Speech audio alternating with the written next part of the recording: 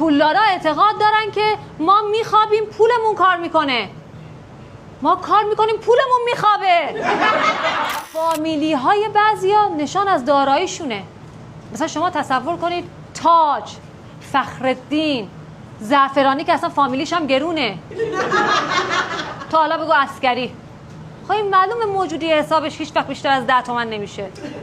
حالا شوهرش باشه عسکریان نهایت بشه 15 تومن. اصلا عسکری تو بانک مرکزی به عنوان سخی بدهی ثبت شده. مثلا فامیلی سلطانی. ببین این کائنات براش کنار گذاشته. حالا تو بگو غلامی. غلامی از همون بیمارستان عرقگیر بستن بهش گفتن بدو عقبی.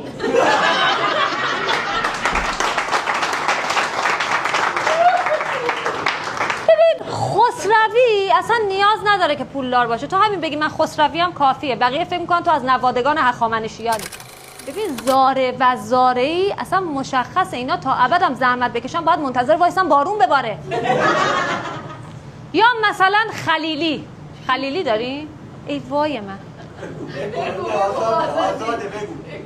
ببینید خلیلیا این مدلی هستن که همه چی براشون خیلیه.